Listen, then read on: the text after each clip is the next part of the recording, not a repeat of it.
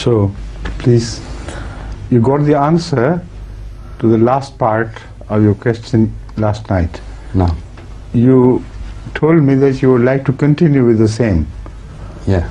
Please, you're most welcome. Allah khalik. Assalamu alaikum. No. Please, just like this. That's a bit difficult. I'll try. Our honorable friend, he spoke about a special event in the history of Islam and how Hadith Muhammad sallallahu alaihi wasallam, after the atrocity committed from a tribe called, from the Quraysh tribe, he migrated to Taif and he spoke to a tribe called Thuqaif. And is it the pronunciation Thuqaif or Saqif? I remember it as Banu Saqif. Thaqif. Yes. Not Thuqaif. Which is the right pronunciation? They call it, they have these two, but they are Asyad in Taif. They call it Thuqaif. Thuqaif. Yes. Find out from, please, this some authentic book of the pronunciations, etc. Yes, please. No, just for my own knowledge sake, I want. Please. And then Hadith Muhammad sallallahu alaihi wasallam, I think he had to rest for a while after some injury. How would I say?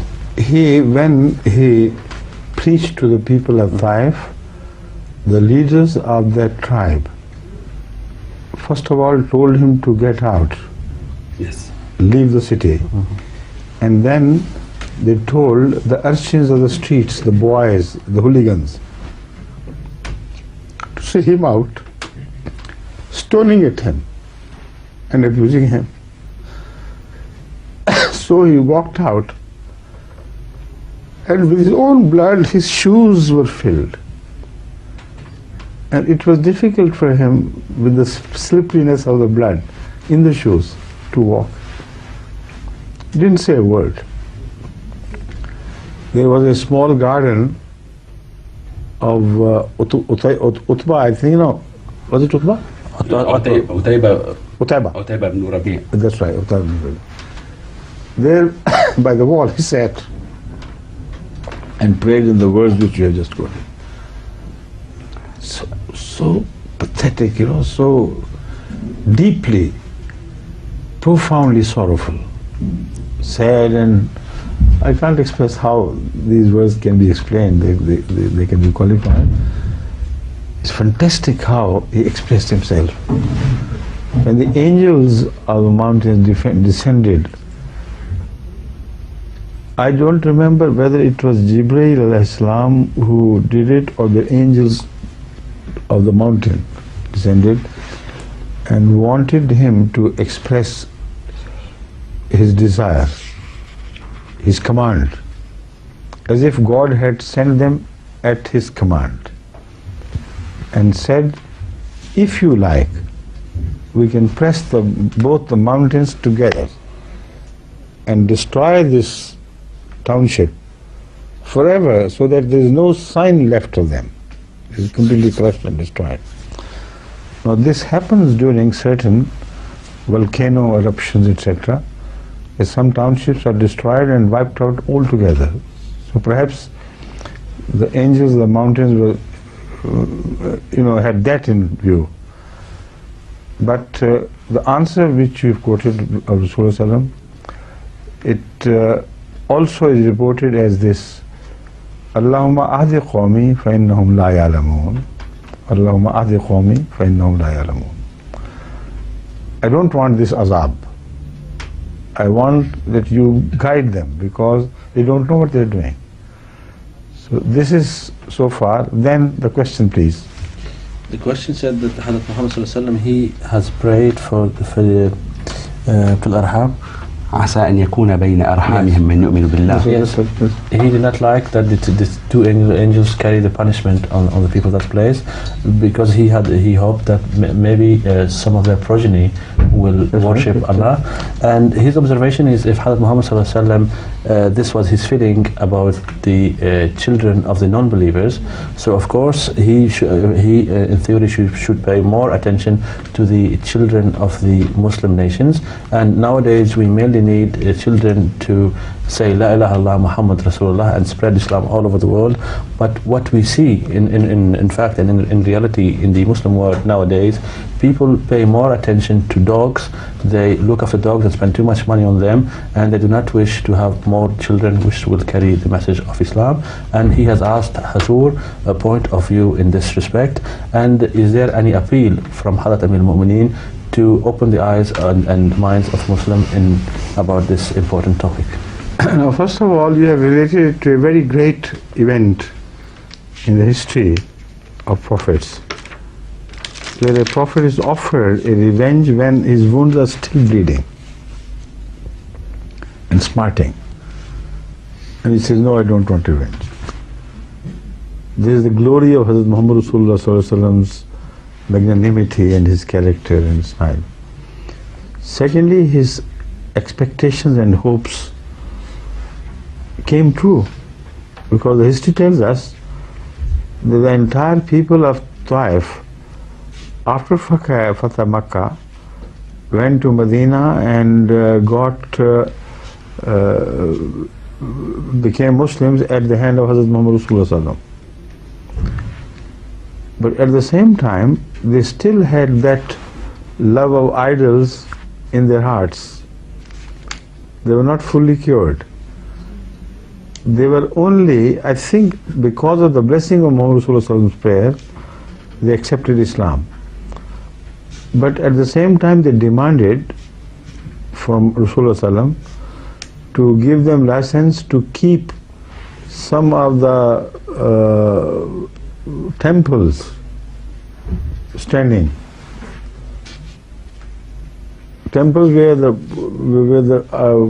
idolaters had idols, statues to worship, and things like that which Rasulullah didn't like, and immediately rejected this plea and said, no question of that. You must destroy all these temples. Now this is what happened, and from that you have shifted on to the future of the Muslims themselves. And you say, if Rasulullah Sallallahu Alaihi Wasallam was concerned that much for such non-believers who were so atrocious and so cruel, what about the children of Islam themselves? What is happening to them? How can we bring them back? How can we make them realize that the La ilaha illallah they say with their tongue must also be supported by their heart and their actions? This is in a nutshell what you want to know. And what can we do about it? First of all, I should remind you that to give a blessing of Allah to a people anew for the first time is very different from giving them again when they, having got it, they turn their back to it. That crime is a bigger crime. إِنَّ اللَّهَ لَا يُغَيِّرُ مَا بِقَوْمٍ حَتَّى يُغَيِّرُوا مَا بِأَنفُسِهِمْ ثُمَّ خَلَفَ مِن بَعْدِهِمْ خَلْفٌ. So these are the verses which remind us that once you receive Allah's blessing and then you turn your back in ingratitude, then it is the chance of your revival and turning back to Hidayat becomes very slim. Only it can happen if Allah sends someone from Him Himself. And then it's not just the preaching, it is the model of the one who comes from Allah, and also his prayers which breathe life into the spiritually dead. There is no other way. If you reject this formula, if you reject the prescription which is the only prescription to save you from death, how can you hope for such a people? except for continuing to pray for them. Pray for them with all your heart and make all your effort as best as possible you can to make them see the light of the day. And here, when I say the light of the day, I mean when God takes over in His own hand the command of a religious people, when He sends to them a divine reformer from Himself, without accepting Him, in reality there is no hope. Because a door for the future hope is opened by God. So as such, the best service you can render them is to call them to the path of Allah, as Hazrat Imam Mahdi has called not only the non-Muslims but also Muslims. Come back to the path of Allah which you have abandoned. With efforts, but more so with prayers, things begin to change. This I know. Because the case of Hazrat Rasulullah sallallahu alaihi wasallam and his ummah is not like the case of some ummahs who were written off by God, like the ummah of Noah, like the ummah of Lot. The case of Ahmad sallallahu alaihi wasallam is essentially different, because he has been promised that his ummah will be reformed, his ummah will be saved, and his ummah will be once again put together from its scattered pieces into one single whole under the unity of God. So it is that which is so reassuring. So I have not lost hope at all. I'm sure this is bound to happen, but we must increase our preaching efforts. Now this answer is not the answer which people want to hear. This is not the right answer to them. They want the Muslim Ummah to remain scattered, sticking to whatever views they hold, and yet be together. They may disagree in their fundamental understanding of the Quran, of Hadith, of the nature of God, of the nature of prophets, nature of the books. Let them be so. Do not bother with that. But do something so that they can get together to make one single unity again. Now this is a miracle which does not happen, never has happened. You must look at the problem realistically.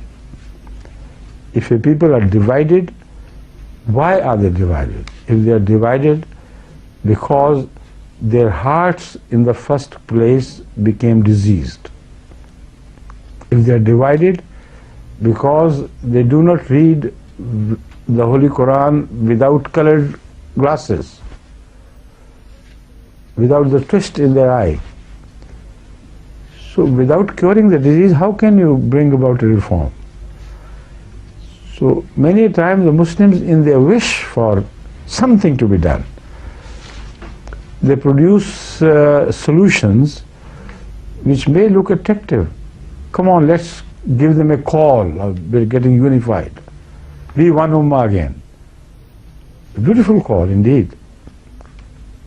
But it will fall on deaf ears.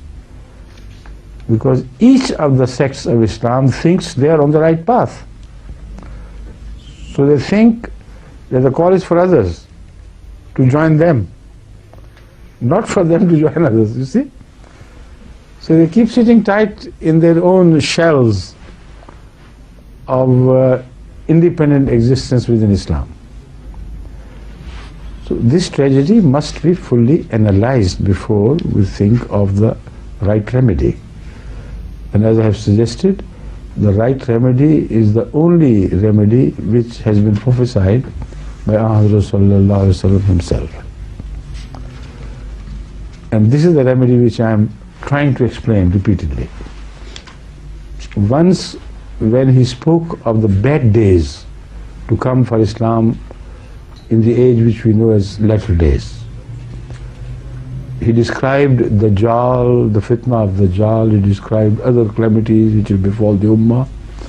He described how they will drift away from the teachings of Islam, how they will get divided in this and that.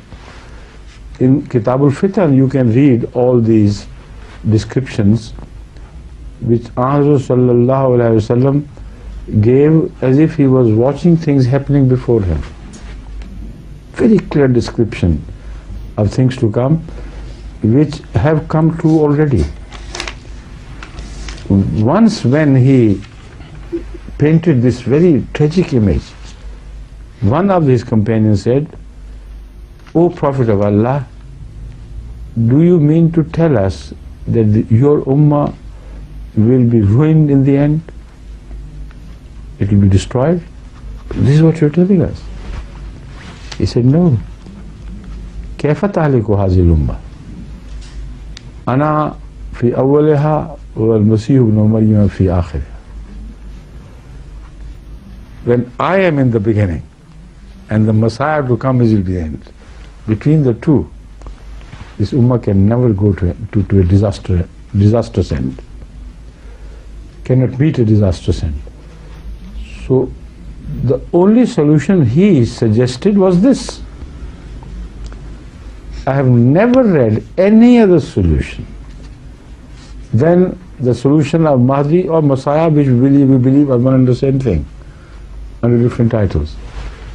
Why did he not suggest, even in one single tradition, that I advise the ulama to forget their differences and get together? I advise that somebody should remind them that you owe a responsibility to La ilaha illallah. Why do you believe in the unity of God when you yourself are split into schisms?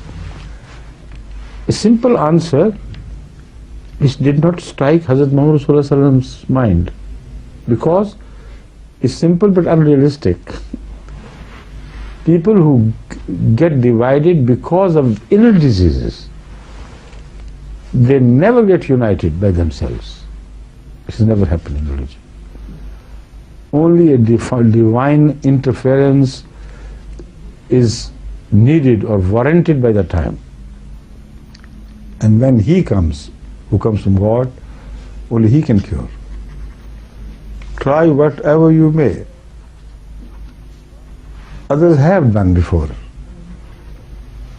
Whenever a Reformation movement arises, which is not divinely created, divinely founded, what they do, what they end up is simply in this, that create a new sect in Islam. They never bring the warring factions of Islam together into one brotherly single body. If you know of any example, I don't know. So these are hard facts. Just love of the Muslims will not serve the purpose. Love must be expressed in such terms as are meaningful.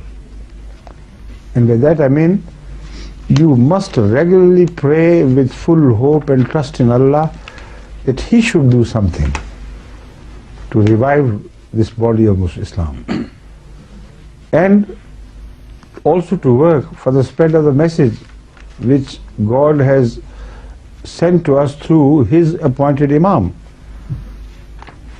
If he has come, then this is the solution. If he has not come, there is no solution. Sit waiting as long as you pay.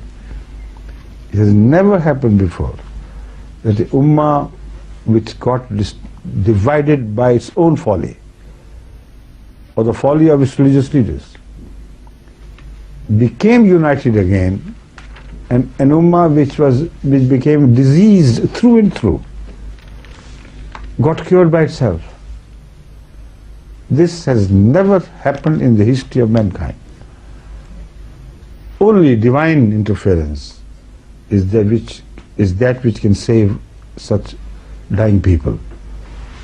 So this is my humble suggestion, that we must work as we are working towards that end, and we are finding good results, good responses, mashallah. every day I hear of new people getting interested in Ahmadiyyat in greater number, with greater zeal. From all over the world, they are now turning to Ahmadiyyat rapidly because they know this is the only hope left for Islam today. So, inshallah, by and by you will see things will happen. Inshallah. Allah bless you. Now I turn to another aspect of the same question. Normally people think that when we discuss such a wide-scale global tragedy, then the prime responsibility is that of the ulama. They should do something. This is how I'm always required to participate in that and send a message to the ulama to realize the responsibility and get together. And also it is a human natural tendency that when there is some decay in an order, the leaders of that order are approached. You know, people beseech them, they beg of them to do something. We've gone. Hazrat sallallahu alaihi wasallam had that in mind, these possibilities. And he knew this would happen. People will begin to think of their ulama and they would require them to play an active part in the reformation of Islam. This was not something which Hazrat sallallahu alaihi wasallam overlooked. But what was his response? He raised the question and gave the answer himself. When he mentions that the Muslims will be left only in name, when Islam would be left only in name, not Muslims, and when the Holy Quran will only be for writing, when the mosques, though full of prayer worshippers, will be empty. What does he tell us afterwards? He says, وَعُلَمَاؤُهُمْ شَرُّ مَنْ تَحْتَ عَدِيمِ السَّمَاءِ. Ulama of these people will not be better than them. They'll be the worst people. Not only worst of humans, شَرُّ مَنْ تَحْتَ عَدِيمِ السَّمَاءِ. So how could you turn to them? But with what hope? When the Prophet of the Ummah himself condemns the spiritual leadership of that Ummah at the time of disease, what hope is there left for you to turn to them?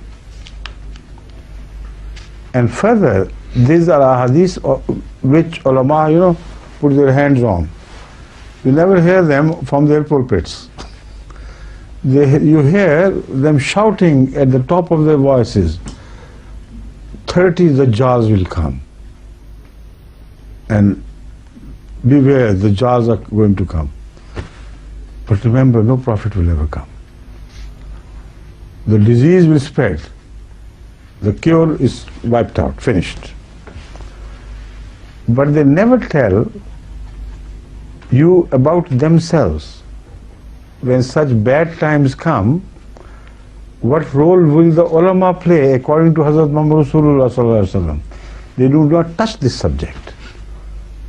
Because this is the hadith. That when the worst comes to worst, then the ulama are the worst people under the firmament of heaven. And there is another hadith to which the ulama are so allergic that they don't even mention in their dreams. The hadith says that when you find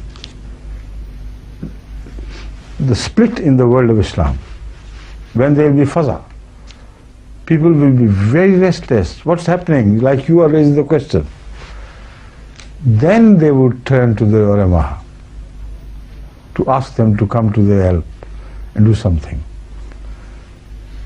فَإِذَاهُمْ قِرَدَةً وَخَنَازِيرٌ. There will be no ulama. There will be qirada and khanazir. No, the point is, the ulama try to,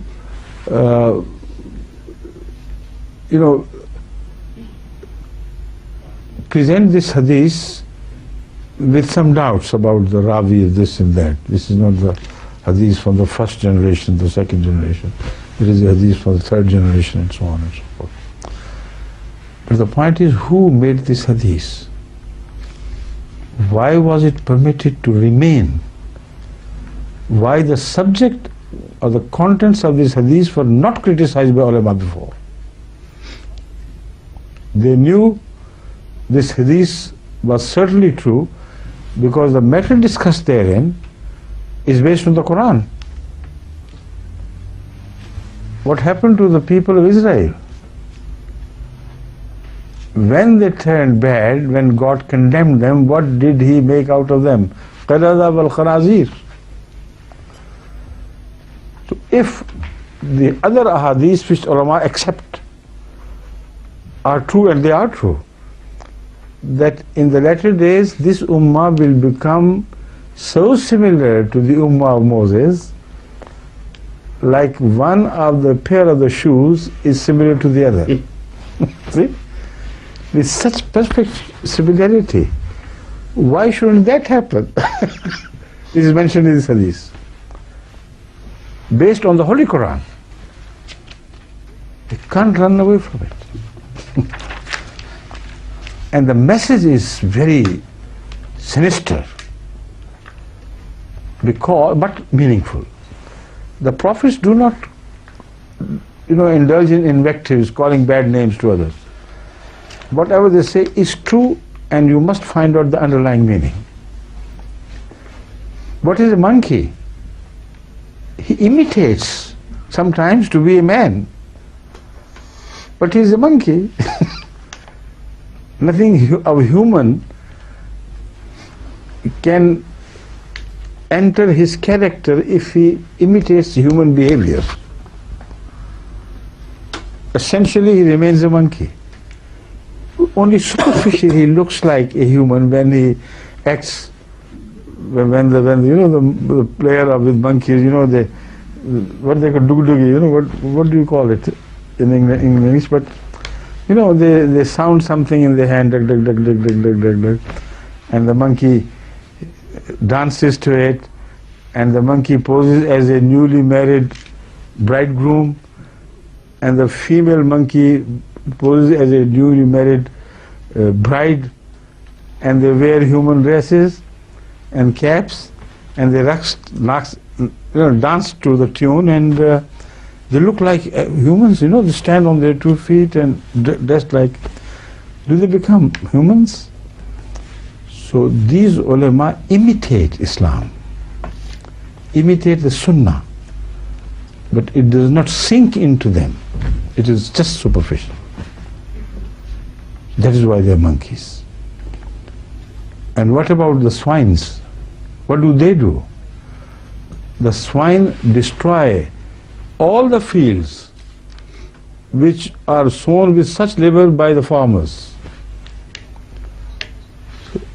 The farmers, sow the seed and level it, and the swines come and they dig it up with their blade from the mouth. There is a tooth or 2 teeth who jut out like blades of swords, and they destroy all the crop which is sold by the farmers.